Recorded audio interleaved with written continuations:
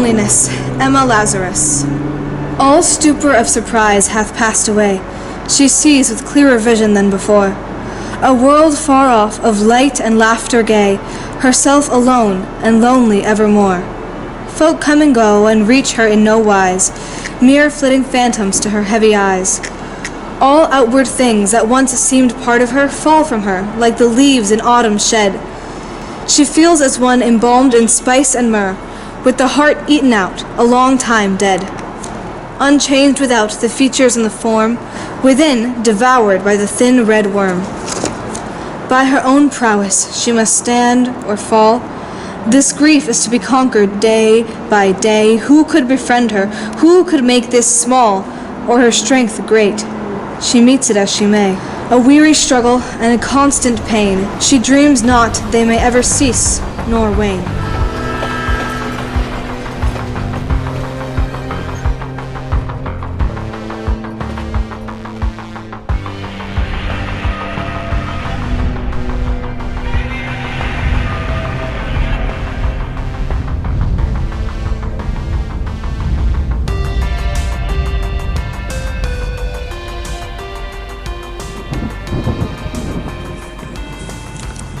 The Last Video Shop by Michael Walker.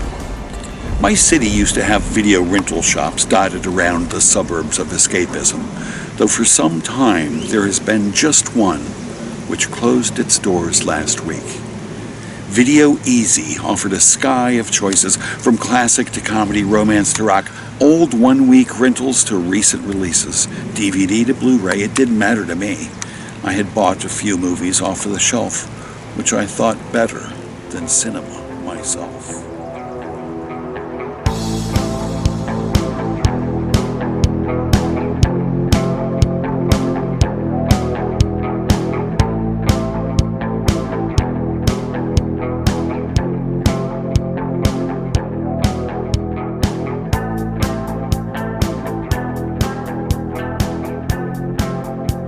Mars and Venus by the Sonneteer.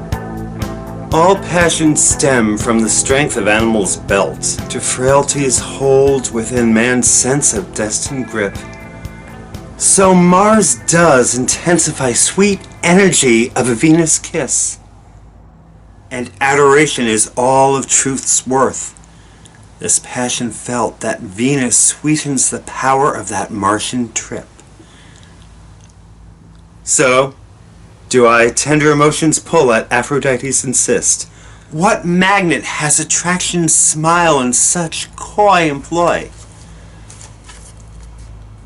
Two households, both alike in dignity, in fair Verona where we lay our scene. From ancient grudge break to new mutiny where civil blood makes civil hands unclean. From forth the fatal loins of these two foes, A pair of star-crossed lovers take their life... a pair of star-crossed lovers take their life, whose misadventured piteous overthrows doth with their death bury their parents' strife. For a muse of fire that would ascend the brightest heaven of invention? A kingdom for a stage, princes to act, and monarchs to behold the swelling scene. The fearful passage of their death-marked love, and the continuance of their parents' rage, which, but their children's end, naught could remove, is now the 2 hours traffic of our stage. Bold is the urge to quench the thirst of amorous clime. As brave Mars cries a merry war on the art of fast love, that Mars would speed this Helen to a Grecian Troy, while beauteous Venus is soft appeal to love in time. Joy of sweet taking is soft move. A night's moon above. Mars is no martyr to a moon's sacred time and space. But sweet Venus is the joy to a warrior's good grace. Then should the warlike Harry, like himself, assume to the port of Mars, and at his heels, leashed in like hounds, should famine, sword, and fire crouch for employment. The which, if you with patient ears will attend, what here shall miss, our toil strive to mend.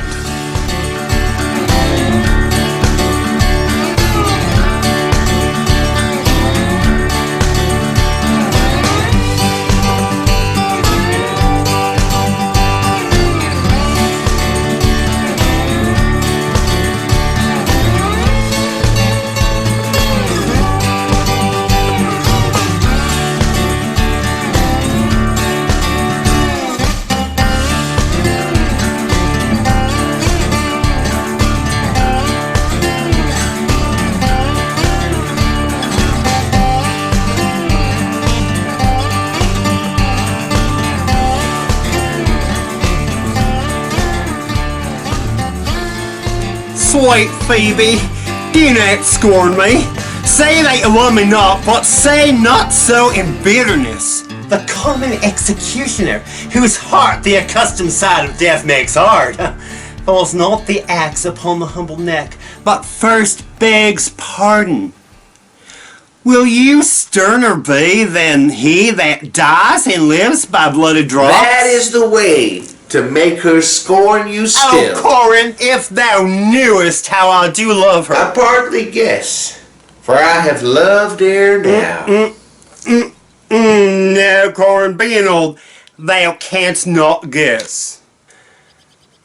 Though, I guess that in thy youth thou wast as true a lover as ever sighed upon a midnight pillow.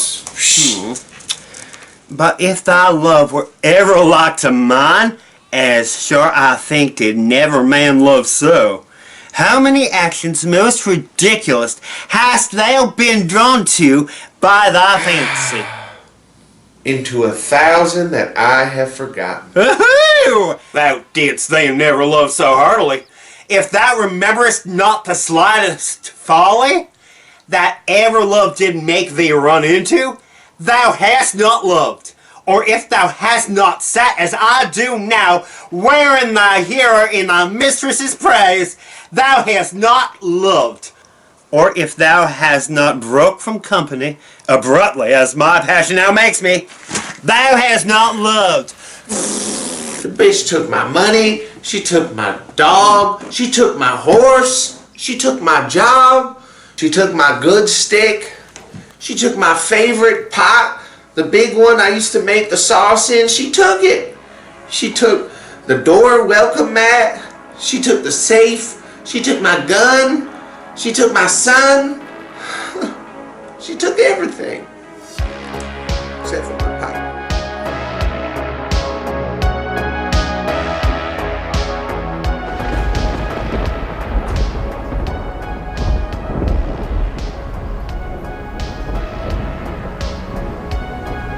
Theocritus, Oscar Wilde. O singer of Persephone, in the dim meadows desolate, dost thou remember Sicily? Still through the ivy flits the bee, where Amaryllis lies in state. O singer of Persephone, Samaetha calls on Hecate, and hears the wild dogs at the gate. Dost thou remember Sicily? Still by the light and laughing sea, poor Polypheme bemoans his fate. O singer of Persephone, and still in boyish rivalry, young Daphnis challenges his mate. Dost thou remember Sicily? Slim Lacon keeps a goat for thee. For thee the jocund shepherds wait. O singer of Persephone, dost thou remember Sicily?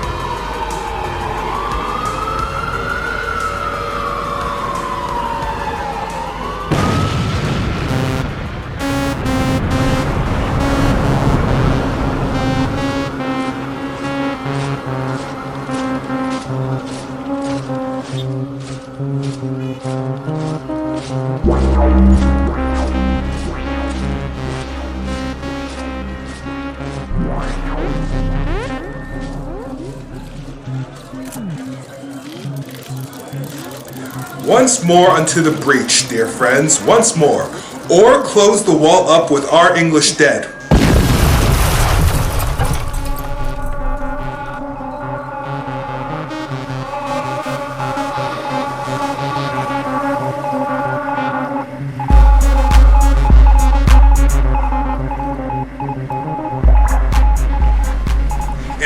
There's nothing so becomes a man as modest stillness and humility. But when the blast of war blows in our ears, then imitate the action of the tiger. Stiffen the sinews, summon up the blood. Disguise fair nature with hard-favored rage. Whose blood is fet from fathers of war-proof. Fathers that, like so many Alexanders, have in these parts from morn till even fought, and sheathed their swords for lack of argument. Dishonor not your mothers, now attest that those whom you called fathers did beget you. I see you stand like greyhounds in the slips, straining upon the start, the game's afoot. Follow your spirit, and upon this charge cry, God for Harry, England, and St. George.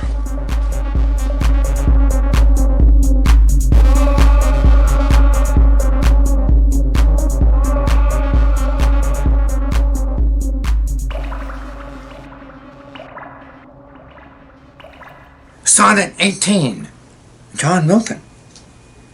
On the late massacre in Piedmont, avenge, O Lord, thy slaughtered saints whose bones lie scattered on the Alpine mountains cold. Even them who kept thy truth so pure of old, when all our fathers worshipped stocks and stones.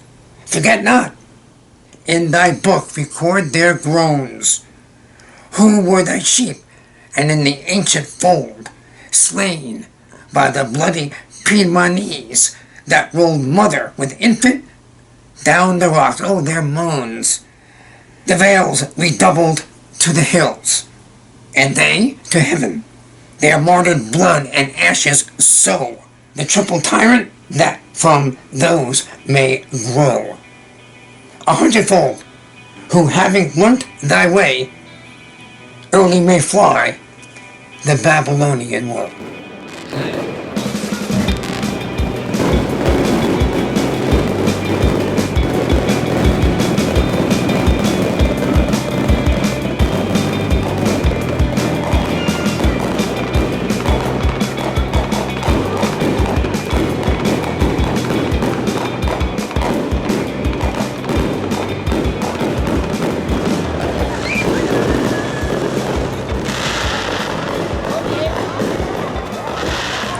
O Romeo, Romeo, wherefore art thou Romeo? What light from yonder window breaks? It is the east, and Juliet is the sun.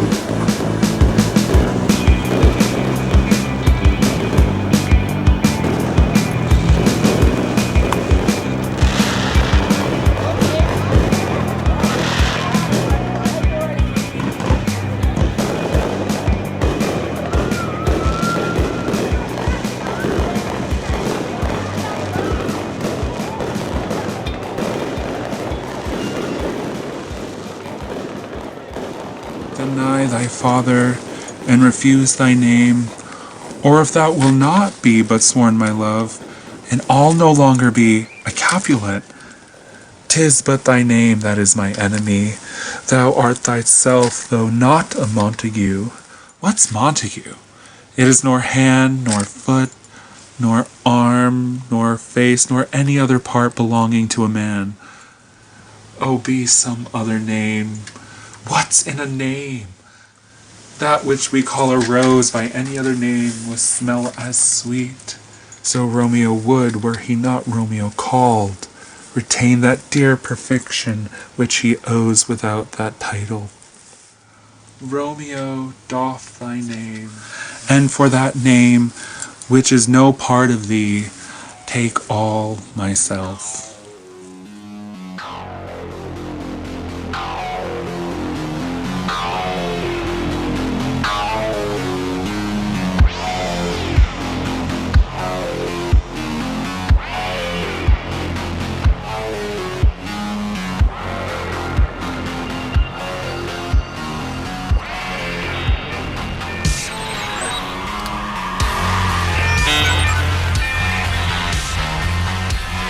When shall we three meet again?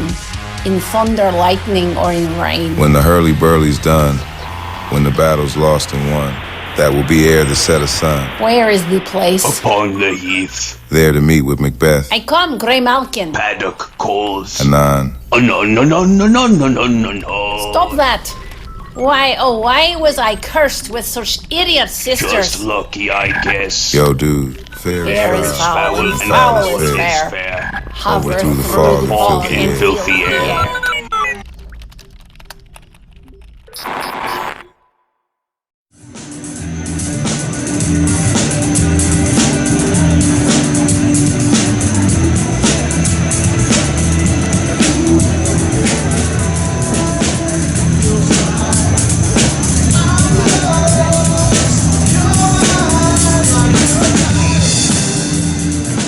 Between Venus and Mars, by quaint Coder. Crickets below, dippers above, night rising cool around the foxglove. A floor of warm stone, a ceiling of stars, jewel on the ring between Venus and Mars. You'll find my address between Venus and Mars. Striding the plain, mountains surround, strove to find the flight, broke the earthbound, maybe from this place, evolved and sublime, blessedly born and right for the time, mastering all but the passage of time. Take the countdown until thunder and burn. Children will fly, no thought of return, while I remain, wave to their wave, watching them wing from the home of the brave. I'll keep the lights lit on the home of the brave.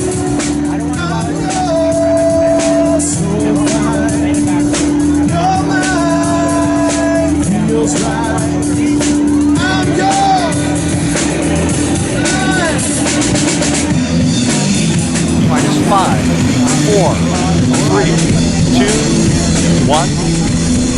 Booster ignition and liftoff of Discovery, hoisting harmony to the heavens and opening new gateways for international science. Discovery has cleared the tower. A woman's face with nature's own hand painted hast thou, the master mistress of my passion. A woman's gentle heart, but not acquainted with shifting change as this false woman's fashion. An eye more bright than theirs, less false and rolling, gilding the object whereupon it gazeth. A man in hue, all hues in his controlling, which steals men's eyes and women's souls amazeth. And for a woman wert thou first created, till nature as she wrought thee fell a-doting, and by addition me of thee defeated, by adding one thing to my purpose, nothing. But since she pricked thee out for women's pleasure, mine be thy love and thy love's use their treasure.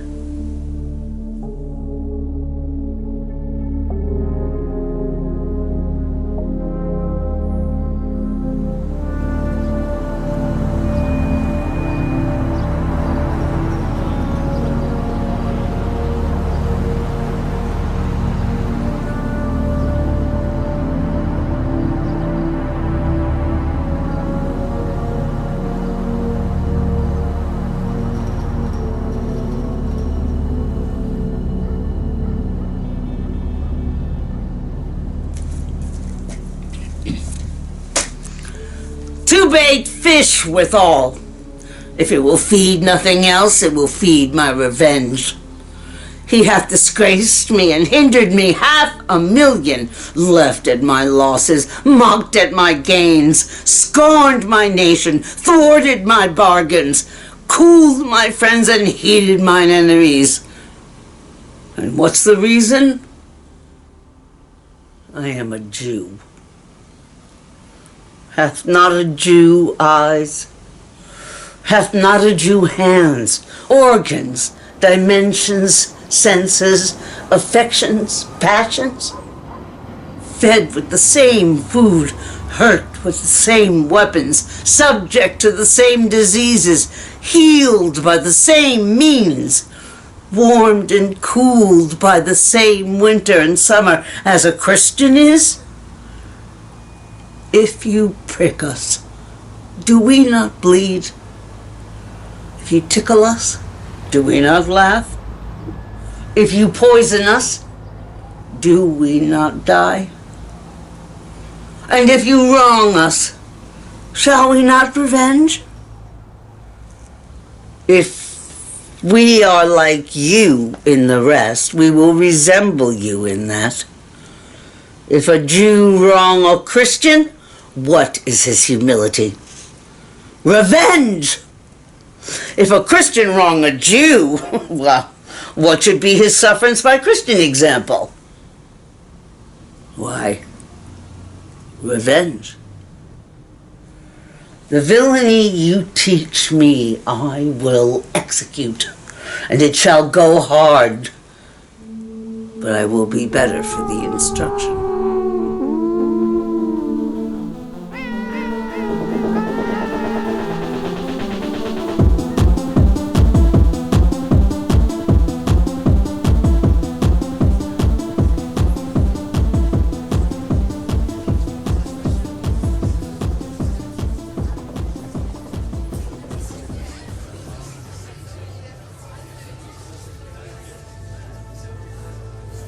Now is the winter of our discontent, made glorious summer by this son of York, and all the clouds that lord upon our house in the deep bosom of the ocean buried.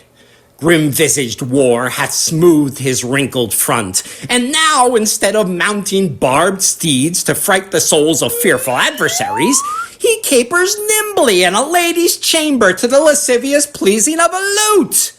But I that am not shaped for sportive tricks, I that am curtailed of this fair proportion, cheated of feature by dissembling nature, deformed, unfinished, sent before my time into this breathing world scarce half made up, and therefore, since I cannot prove a lover to entertain these fair, well-spoken days, I am determined to prove a villain, and hate the idle pleasures of these days. Dive thoughts down to my soul. Here that boob Clarence comes.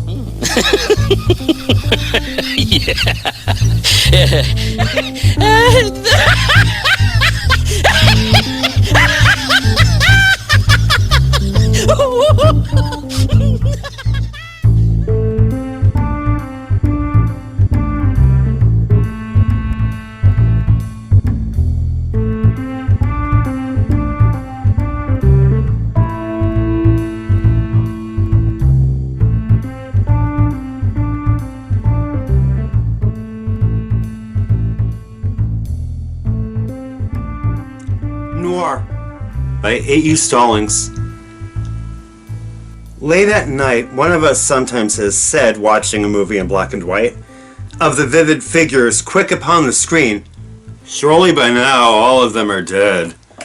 The yapping wire-haired terrier, of course, and the patient horse, soaked in an illusion of London rain, the Scotland Yard inspector at the scene, the extras, faces in the crowd, the sailors, the bungling blackmailers, the kidnapped girl's parents reunited again with their one and only joy, lisping in tones antique as that style of pouting Cupid's bow, or those plucked eyebrows arched to the height of chic. Ignorant of so many things we know, how they seem innocent, and yet they too possess a knowledge that they cannot give. The grainy screen, a kind of sieve that holds some things but lets some things slip through with the current's rush and swirl. We wonder briefly, only about the girl, how old, 7, 12? It isn't clear. Perhaps she's still alive. Watching this somewhere at 85. The only one who knows, though we might guess, what the kidnapper whispers in her ear, or the color of her dress.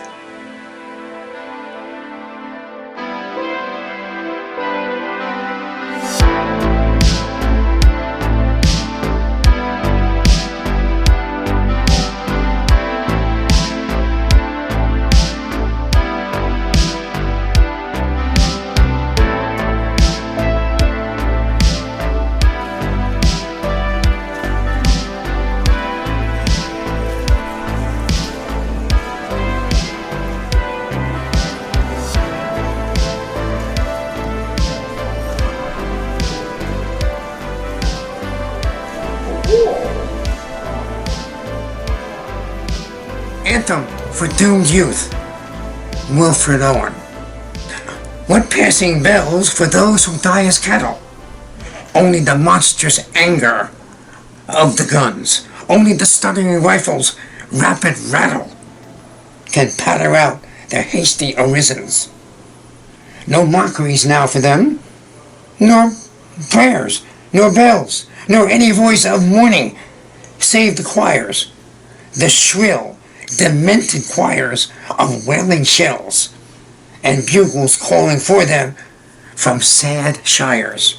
What candles may be held to speed them all? Not in the hands of boys, but in their eyes, shall sign the holy glimmers of goodbyes. The pallor of girls' brows shall be their pall, their flowers the tenderness of patient minds, and each slow dusk a drawing down of blinds.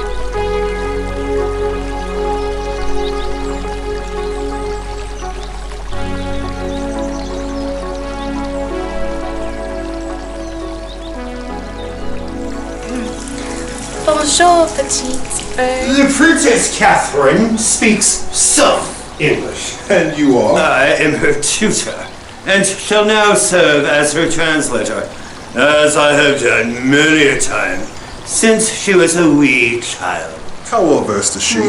She is gifted in many areas, I am sure. But, picking up foreign languages is not her strongest suit. Bonjour, Katz. Bonjour, JaVBeat. Oh, good lord. She's bonding with the rodents again. Tongue back in your mouth, girl. We are not a dog in heat, now are we? Of no matter. She is the fairest creature I've ever laid eyes upon. Yes, your majesty. Ah, fair Catherine, and most fair, will you vouchsafe to teach a soldier's terms, such as will enter at a lady's ear, and plead his love suit to her gentle heart? Your Majesty shall mock me. I cannot speak of England. You conquered my father's territory in Agincourt. Dost thou now plan to conquer my heart? Oh, fair Catherine, I do not wish to conquer you like a piece of land. If you will love me soundly with your French heart, I will be glad to hear you confess it brokenly with your English tongue. I have learned to be a warrior. I have learned conquest. But you can teach me to be soft. You can teach me to love and be gentle. Do you like me, Kate? Is it possible that I should love the enemy of France? It is not possible you should love the enemy of France, Kate. But in loving me, you should love the friend of France. For I love France so well that I will not part with a village of it. I will have it all mine. And Kate, when France is mine, and I am yours, then yours is France and you are mine.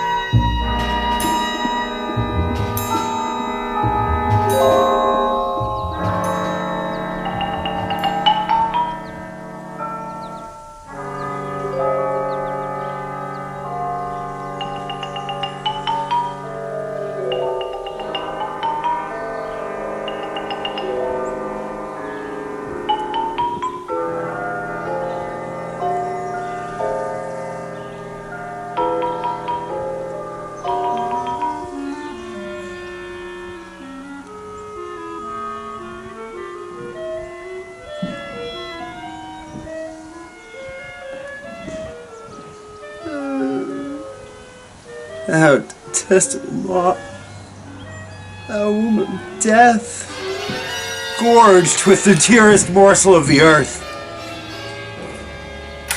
Thus I enforce thy rotted jaws to open, and into spite I'll cram thee with more food.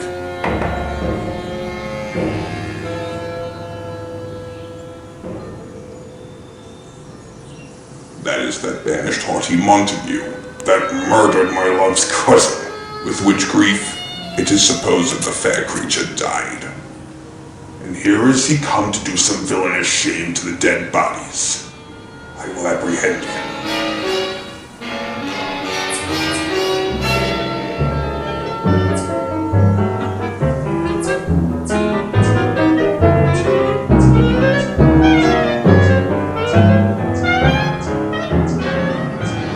Stop thy unhallowed toil, vile Montague!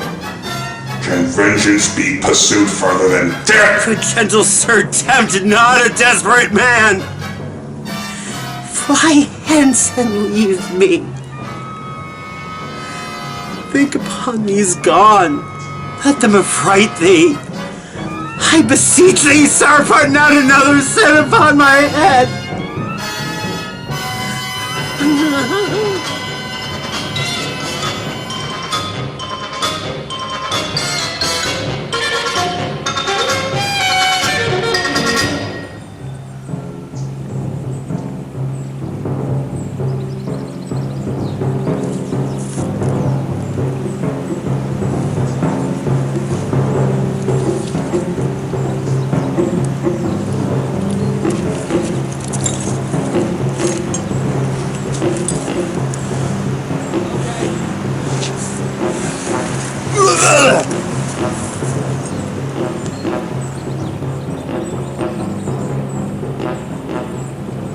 Condemned villain, I do apprehend thee.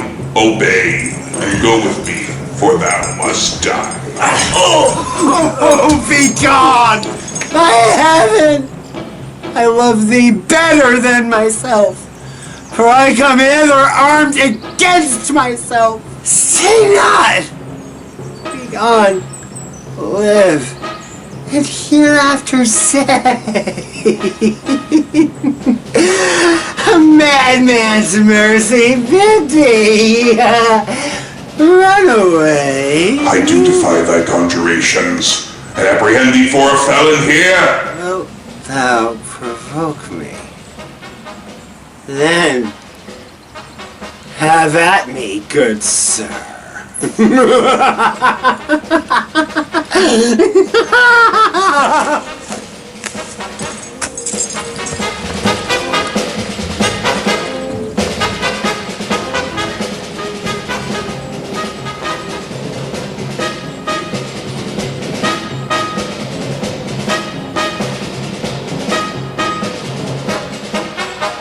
Oh, Lord! They fight! I'll go call the watch.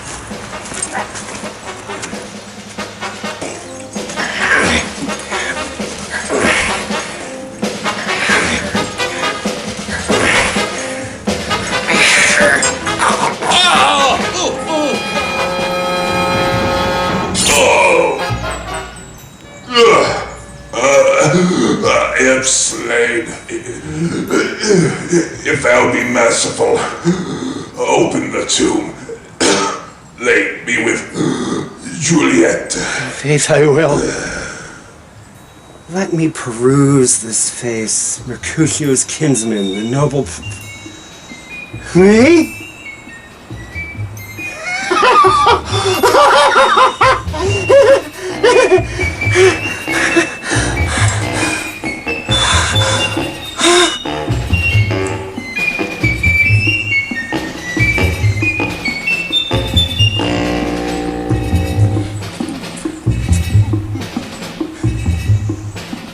Inscription: Donald Jeffrey Hayes.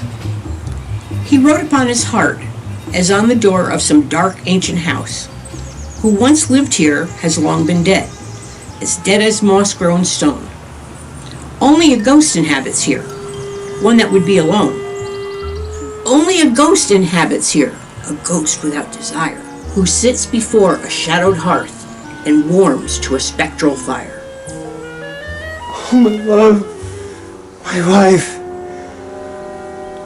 death that hath sucked the honey of thy breath hath had no power yet upon thy beauty. Why thou art yet so fair? Shall I believe that unsubstantial death is amorous, and that the lean, abhorred monster keeps thee here in dark to be his paramour? For fear of that I still will stay with thee, and never from this palace of dim night depart again.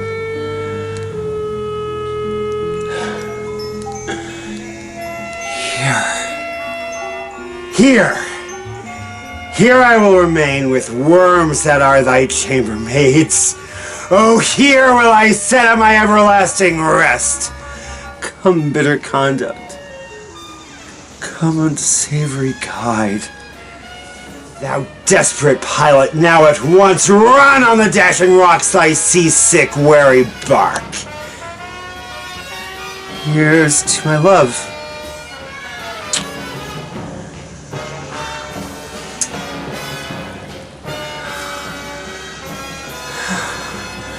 With a kiss, I die.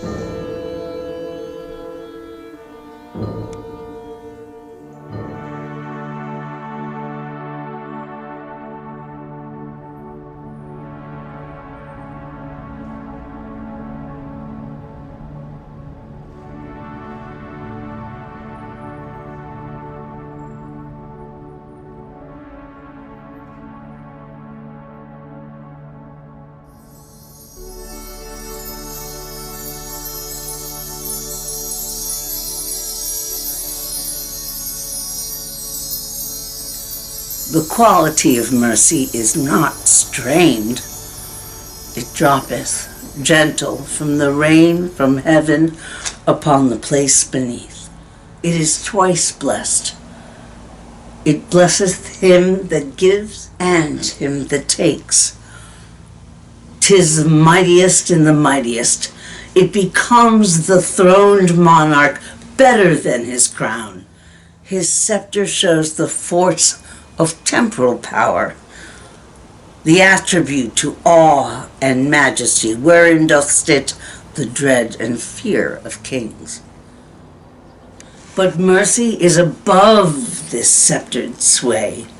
It is enthroned in the hearts of kings. It is an attribute to God himself. An earthly power doth then show likest gods, when mercy seasons justice.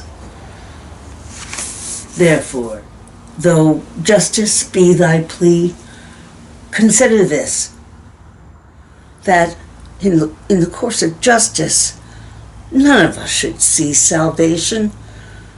We do pray for mercy, and that same prayer doth teach us all to render the deeds of mercy.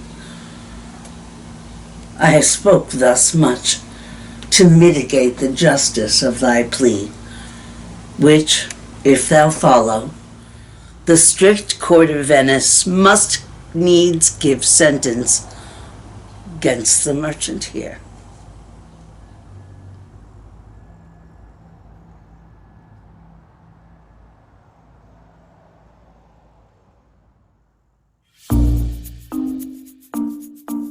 When icicles hang by the wall, and Dick the shepherd blows his nail, and Tom bears logs into the hail, and milk comes frozen home in a pail, when blood is nipped and ways be foul, then nightly sings the staring owl.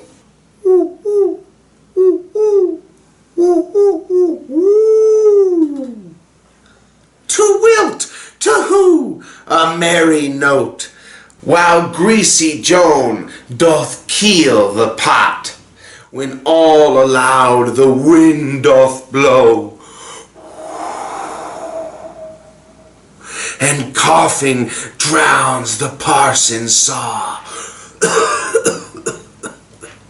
and birds sit brooding in the snow,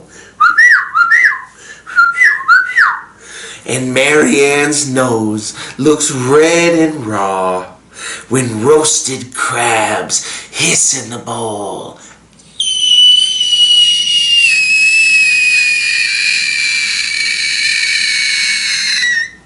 Then the nightly sings of the staring, brooding owl.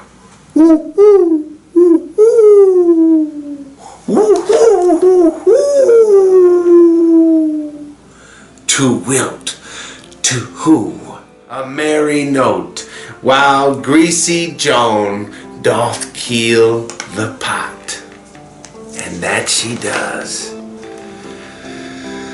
I'll be back. I've got some sheep to shepherd.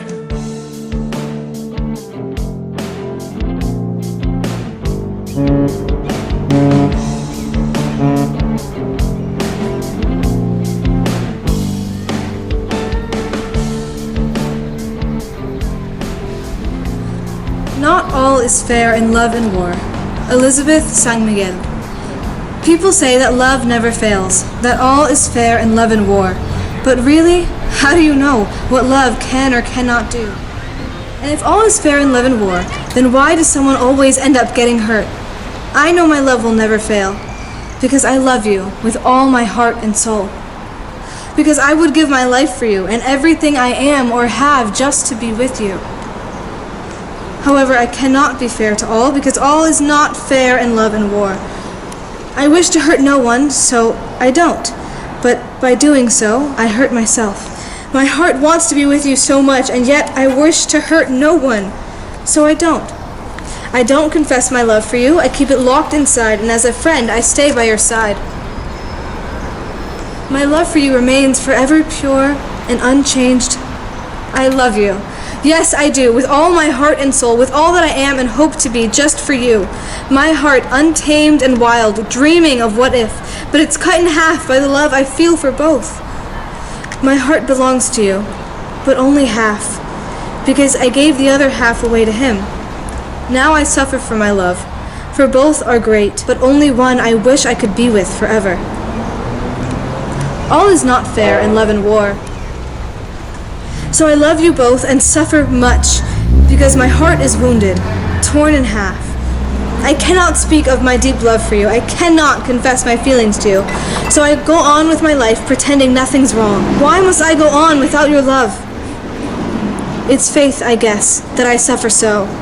It's destiny to love you so.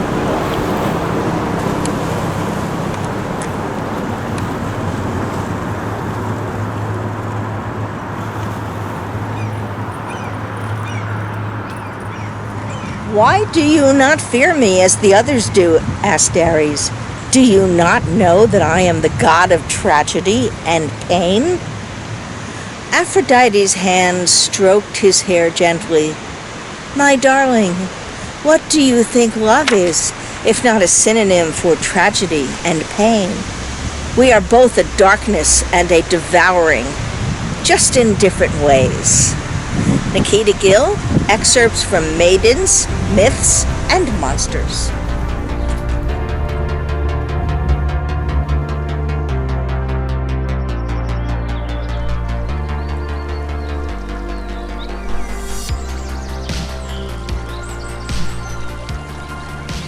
Let me not to the marriage of true minds admit impotence.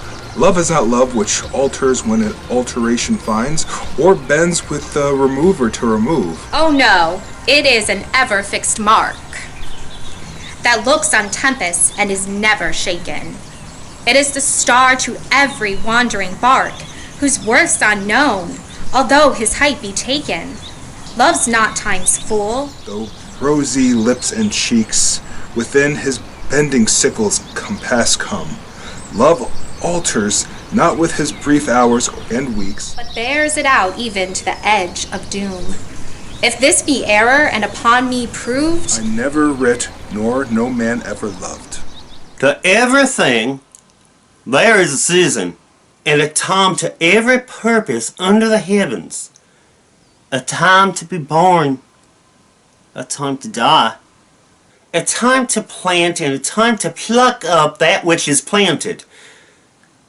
A time to kill, and a time to heal. A time to break down, and a time to build up. A time to weep, and a time to laugh. A time to mourn, and a time to dance. A time to cast away stones, and a time to gather those stones together. A time to embrace, and a time to refrain from embracing. A time to get, and a time to lose. A time to keep, and a time to cast away. A time to rend, and a time to sow. A time to keep silence. And a time to speak. A time to love, and a time to hate. A time of war, and a time of peace.